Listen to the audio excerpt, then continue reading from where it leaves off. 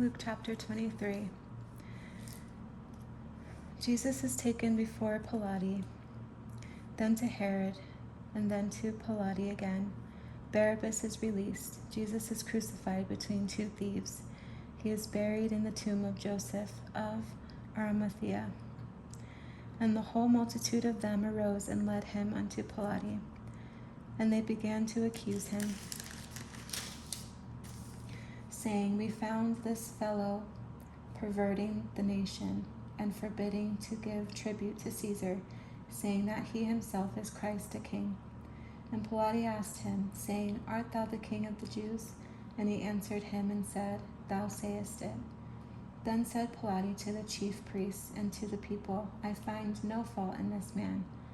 And they were the more fierce, saying, He stirreth up the people, teaching throughout all Jewry, he beginning from Galilee to this place. Then Pilate heard of Galilee. When Pilate heard of Galilee, he asked whether the man were a Galilean.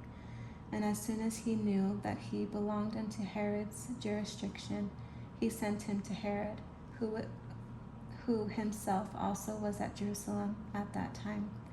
And when Herod saw Jesus, he was exceeding glad, for he was desirous to see him of a long season, because he had heard many things of him, and he hoped to have seen some miracle done by him.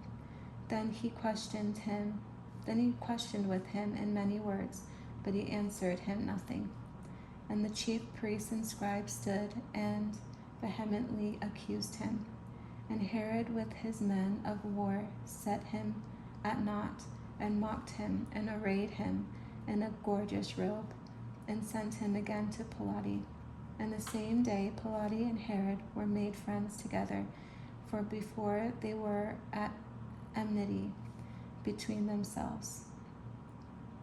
And Pilate, when he had called together the chief priests and the rulers of the people, said unto them, Ye have brought this man unto me, as one that perverteth the people. And behold, I, having examined him before you, have found no fault in this man, touching those things whereof ye accuse him. No, nor yet Herod, for I sent you to him, and lo, nothing worthy of death is done unto him. And nothing worthy of death is done unto him. I will therefore chastise him and release him, for of necessity he must release one unto them at the feast. And they cried out all at once, saying, Away with this man, and release unto us Barabbas, who for a certain sedition made in the city, and for murder was cast into prison. Pilate therefore, willing to release Jesus, spake again to them. But they cried, saying, Crucify him, crucify him. And he said unto them the third time, Why, what evil hath he done? I have found no cause of death in him. I will therefore chastise him and let him go. And they were instant with loud voices, requiring that he might be crucified. And the voices of them and of the chief priests prevailed. And Pilate gave sentence that it should be as they required. And he released unto them him that for sedition and murder was cast into prison, whom they had desired, but he delivered Jesus to their will.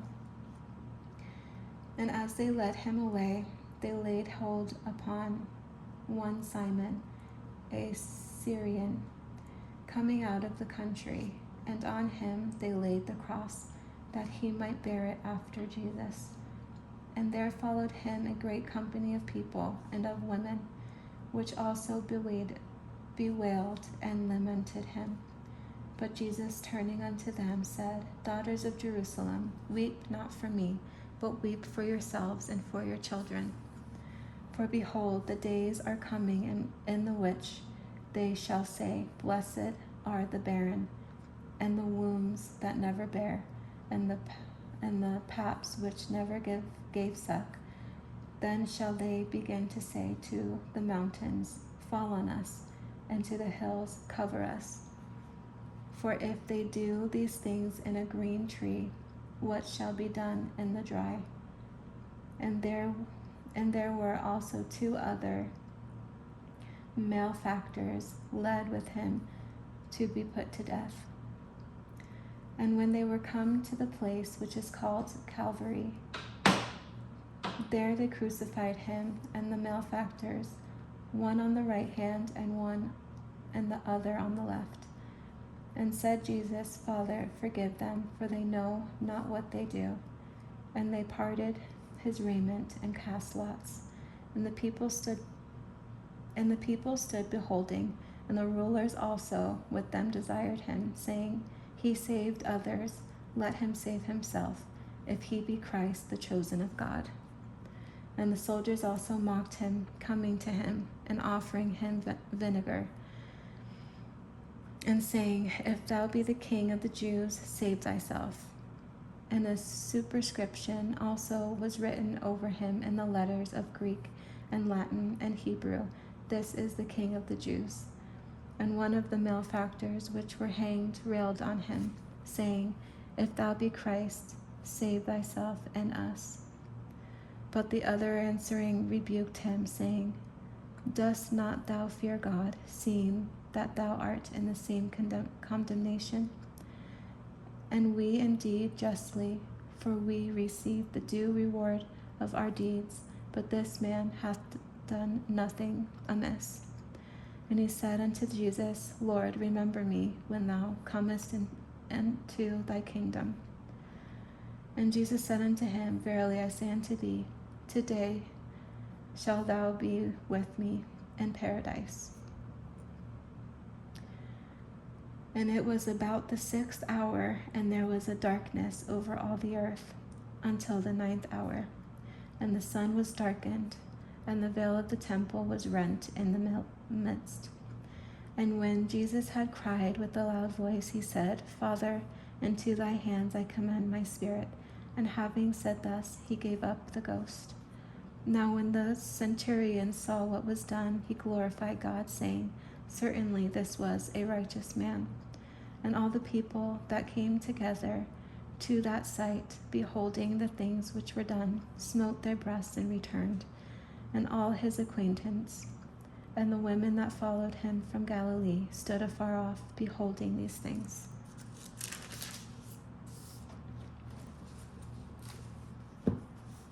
And behold, there was a man named Joseph, a counselor, and he was a good man and a just. The same had not consented to the counsel and deed of them. He was of Arimathea, a city of the Jews, who also himself waited for the kingdom of God. This man went unto Pilate and begged the body of Jesus. And he took it down and wrapped it in linen and laid it in a sepulchre that was hewn in stone, wherein never man before was laid. And that day was the preparation, and the Sabbath drew on. And the women also, which came with him from Galilee, followed after, and beheld the sepulchre, and how his body was laid. And they returned and prepared spices and ointments, and rested the Sabbath day according to the commandment.